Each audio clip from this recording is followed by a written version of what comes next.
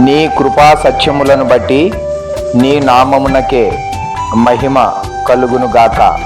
115వ కీర్తన మొదటి వచనము. Praise the Lord.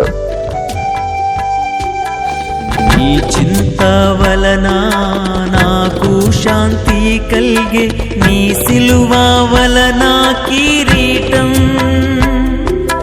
నీ చింత వలన నాకు శాంతి కలిగే, నీ సిలువ వలన కిరీటం.